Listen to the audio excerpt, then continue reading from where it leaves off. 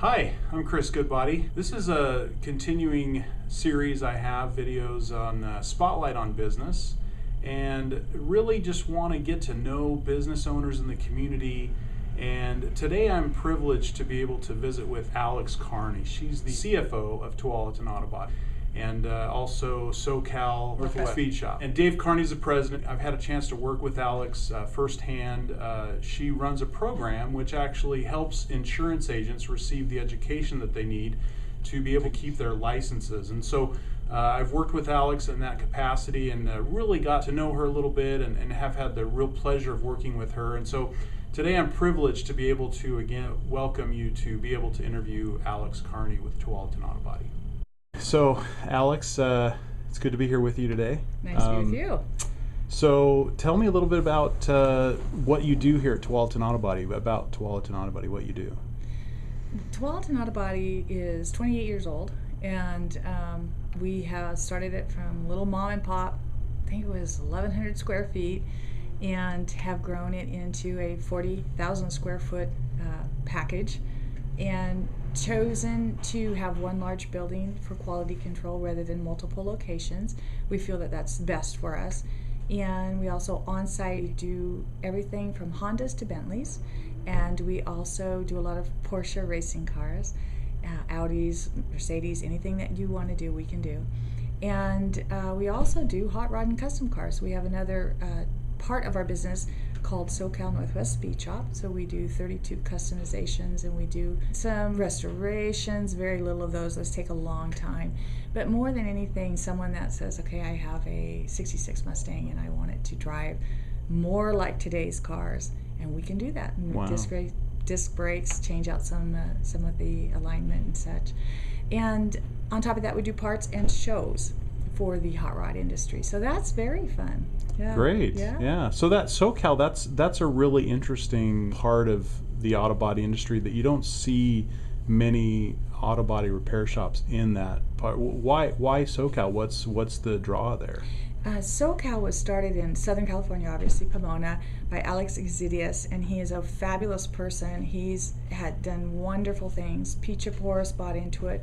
Actually, after the war, Alex kind of got out of the automotive and got more into speed racing and filming speed racing, going to the Bonneville Salt Flats and doing all that. But Peach Porous got Alex to come back into it and brand it, make parts for the 32s, become more of a part supplier, growing the awareness of these fabulous cars, doing builds. In fact, they have a show. They had one on, and they're trying to do another one. So it's a great brand and a great opportunity to have a very different look at the type of cars that, from our historical perspective, I guess is a good way to put it. Yeah. So we do a little bit of everything. We've also recently opened a restaurant called Zoop. Oh, really? Over in Wilsonville by the Target and Costco. So Wow. It's 12 soups a day, salads and sandwiches, just to diversify. I bet that keeps you pretty busy. It does. It really does. So basically, what I do here is take care of the human resources. I do outside sales. I belong to 6 chambers. I try and represent our business every single day. So that's what I'm out there doing. I'm out presenting us to the public. I do radio advertisements for us, and I do my own. I like that I have a voice that people can recognize. And I just feel that the human resources side is very intense here. Obviously, we're a very big shop, and we have great benefits. We feel like that's important, and we really stand behind the community. And that has been a goal of ours since we first opened. I think the first year we did some yellow page advertising, and then we were approached by actually the police for trying to do a car to raise awareness of these drug programs in the schools. And basically the schools were cutting all sorts of funding for athletics and the kids, and we just felt, as having young children ourselves, that was not the right way to go. That we need to keep our kids busy and active, and there should be more school sponsorship of that, not less. So we pretty much yanked all our Yellow Pages advertising, and we started supporting all of the school teams and youth organizations. And we still, to this day, we just had our tournament for Tualatin High School packbackers for the athletic programs, and it was on Monday at Tualatin Country Club, and we raised quite a bit of money for the packbackers and the chamber. We've done a dual golf tournament now because it was getting too crazy having two. But we just find that as opposed to the past where bigger was better, being part of a community and giving back is becoming more and more the password these days. We feel it's a real commitment to the community, and we use community for everything that we do. Wow. So yeah, that's great. So how did you get into this? Where did this all begin? So I met my husband. He was we were in high school actually, and he was going to be a doctor, but then he looked at the length of time and he went, there's no way I'm doing that. So he was at Benson Tech doing automotive. So he went to work at Capital Auto Body, and that's when we met and married, and I was actually an insurance agent. Oh, so wow. yeah. So that's what we did, and then we merged our abilities and opened the business, and like I said, in a very small format originally. So, but we have, best thing I've ever done is my two boys. So other than that, I mean, it's just like, you work all you want and everything else, but your family is the priority. So. Yeah, sure. And the rest is history, obviously. Yeah. You've got this great business that's going and an ongoing concern. So what are some of the challenges you're facing in your industry right now? Being in a service industry is always a challenge. The biggest challenge I find is that sometimes people don't understand the insurance policy that they bought to repair their vehicle. You know, when they say buy what you want, sometimes you're cutting out portions that you might have wanted had you really been spelled out. So in other words, and a lot of the insurance companies can say you have to use LKQ parts, not OEM. It is not from the auto body shop. It is from your insurance company or the other insurance company. So all the time we have to advocate to people for that when they say, well, I want OEM. Well, if it's your insurance, the insurance you bought, that's a challenge for them. They're not going to listen to auto body. They have to listen to the customer. And maybe they will, maybe they won't. Yeah. So we do a lot of used part searches because that is OEM. It's just used. But it's always hard getting the funding. Say if they want an LKQ part, we have to bring it in, show it doesn't work, take it off. They're not paying us extra time for that. It delays the repair. Anytime a delay of repair happens, customers can get upset. It's a very touchy, tough business. The insurance companies are really dialed into speed of turnaround, which quality and speed, we're on top of that all the time because a lot of people maybe shirk quality for speed. We will not do that. And so a lot of times we don't get paid for what we do. But you're our customer, we're taking care of you. So yeah, and that seems to be a really big issue that people probably are not aware of as it relates to their insurance. What advice would you give people if they're looking at their insurance policy and they want to make sure that they have the right coverage in place? What advice might you give them? I would, it's so dependent on, your finances, the type of car you have, what you're looking for in it. But if you have a car and you feel like you want it back in pre-loss condition and you want OEM parts, you need to ask your agent to be very specific and show you in that part of the policy what it is. And if it's in a BIA, there's a couple of different companies that say you can get any policy you want, name your price. Well, make sure that price reflects what you want out of it. If you want rental car. So some people don't get rental car. If they go to a mechanic and their car's out a month, they know that they have to either deal with it or get a ride from somebody. For some reason, in an auto body situation, in a repair, that bothers them more than other places. So make sure you have rental car coverage on your car that takes care of it. The other thing is a lot of people are saying, well, I'm going to take care of it because I'm going to bet that I wouldn't be the one that has the accident. Well, that becomes the most treacherous part when you're out and you have no rental car and all these things happen. So that's kind of a gamble. I think it's $5 to $6 per car a month. It's not that expensive, and maybe you never use it, but again, it's an insurance. And then again, if you don't use it, then you say to yourself, okay, I've set aside this amount of money towards the rental car usage that I will have if something happens. But I think people get hit with a lot. A car is a very sometimes a part of our ego, our esteem, part of the family, gets us around, it takes us everywhere. So when something happens, you're distressed. You're probably hurt a little bit anyway. You're sometimes in shock. It's just a lot to take on. And then sometimes if there's insurance companies aren't quite on top of it, or they take a while to come out, so a lot of questions come into play, a lot of emotions.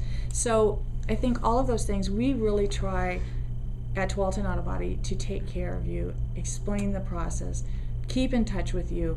We do our absolute best. But it is funny. We'll say, give us all your phone numbers.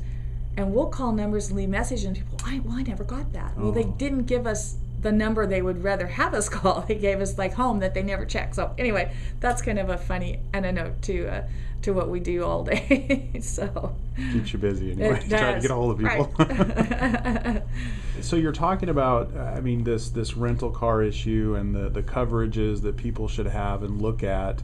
How often do you see people that don't have the right coverage, or they don't have rental car, and you kind of have to explain to them, "We're really sorry, but you don't have this coverage in place"? Does that happen a lot? Is it?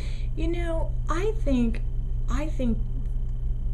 there's an awareness going on out there. I think it's gotten better. I think that there's less traumatic events like that of saying, "Well, what do you mean I don't have coverage, or I don't have that, or whatever?" It still happens, a couple times a week probably, but that's better. So I think people are more aware that there's issues. There's people that call and say, "Oh, I've heard about diminished value," and 6 years ago nobody talked about diminished value. And diminished value is if you have let's say a newer car and it was hit very hard and fixed, and now there's ways you get an estimate on it, an appraisal, and present it to the insurance company and ask for a diminishment of value claim. There's a lot of things that are going on out there that were never really even around in the past. So yeah, that diminished value can be changes. Very concerning for a lot of people. Absolutely. Because they see the value of the car go down, right, and they're wondering why it's now worth less just because it was in an accident repaired. And I know that's a difficult thing in your industry. Sure. Because you guys are doing the best you can, and the quality of the repair is there, but it's just the mindset of, it's been an accident, so there's right. that uncertainty. And I think there's some other shops out there that don't do as good of a job perhaps in the repairs, and so there's some concern out there because of that. Anything else you want to say about that? Well, I think the hardest thing for us is the commitment and time and expense that we have put in to get the right equipment, to get the best measuring systems, the best frame wraps, the best hooks, the best clamps, the best of everything, and to have someone getting paid the same amount that has pots in the floor. You still see that. Wow. Apparently they still say it's okay, not on a big pole, but on a little pole, and we're talking frame. We don't think it's okay. Yeah. If we're required to have this equipment, they should be required to do. And so I think that's go visit your shop. We will always take you out for a tour. We'll show you what we have. We have an open door policy. We are proud of what we do. It does look like a body shop, however. There's lots of parts around. But anybody that says, no, you're not allowed back there for insurance or whatever, I'd be very leery of that. Be careful of what you sign. When you come in to us for an estimate, there's no fee. We will do an estimate. We will order the parts on your behalf and everything. The only thing you sign is when, yes, I want you to repair my car, I'm giving you leave to do that. There's no extra fees, there should be no numbers on there anywhere that are not related to what's going to happen to the repair. If you see anything on a piece of paper that starts saying, if the insurance company doesn't pay this, you're responsible for X, Y, Z, I wouldn't sign it.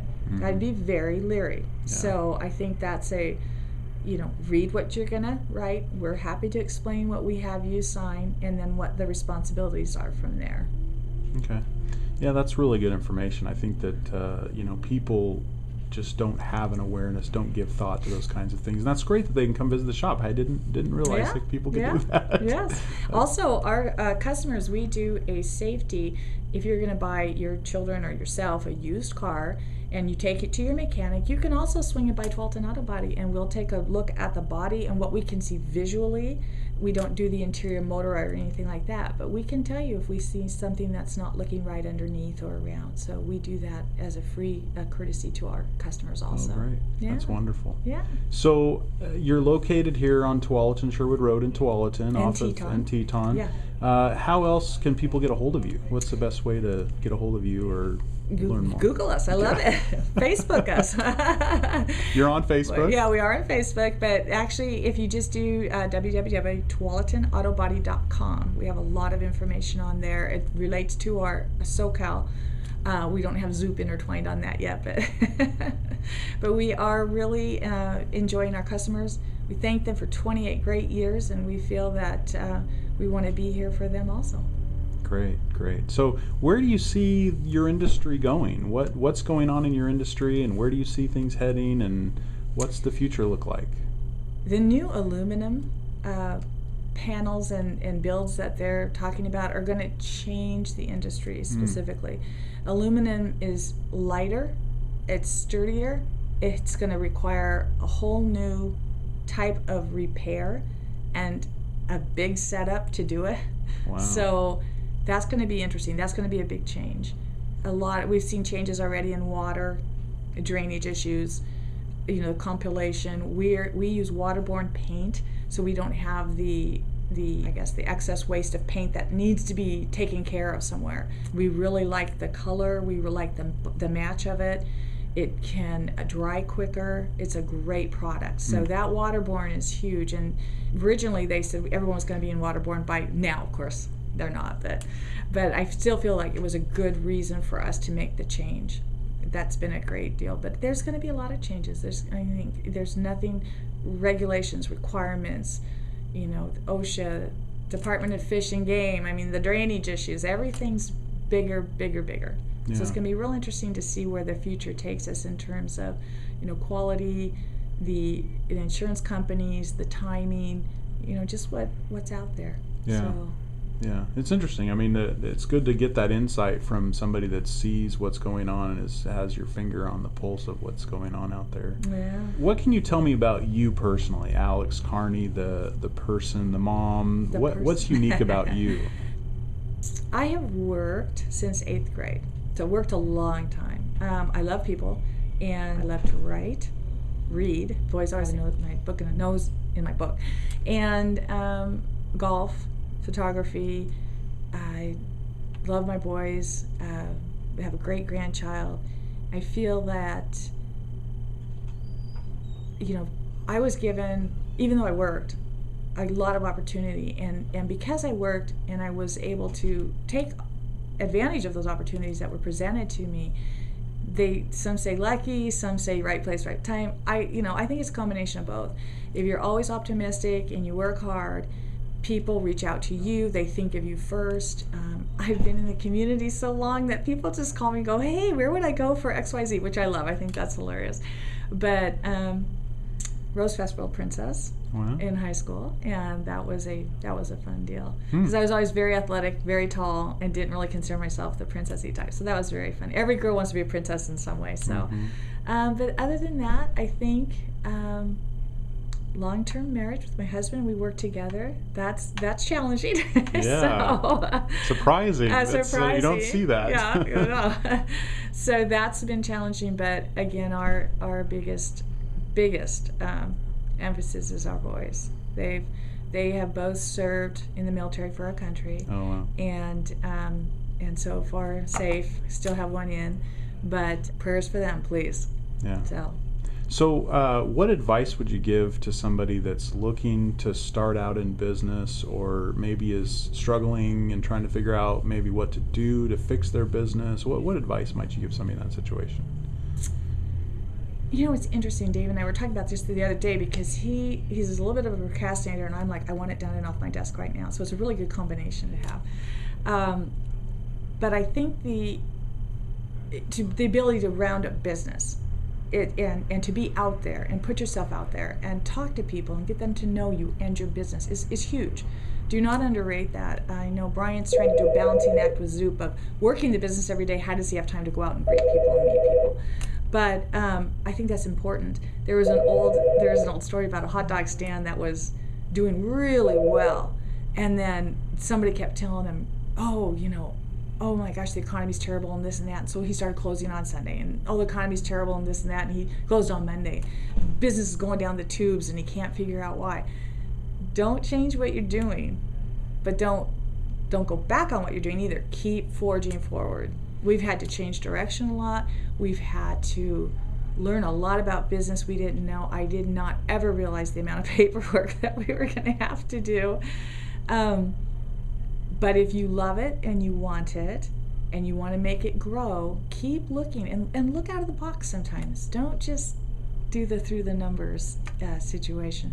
And don't discount the fact that all of the businesses that we're in relate to humans, and you need to be able to relate to people and have them relate to you.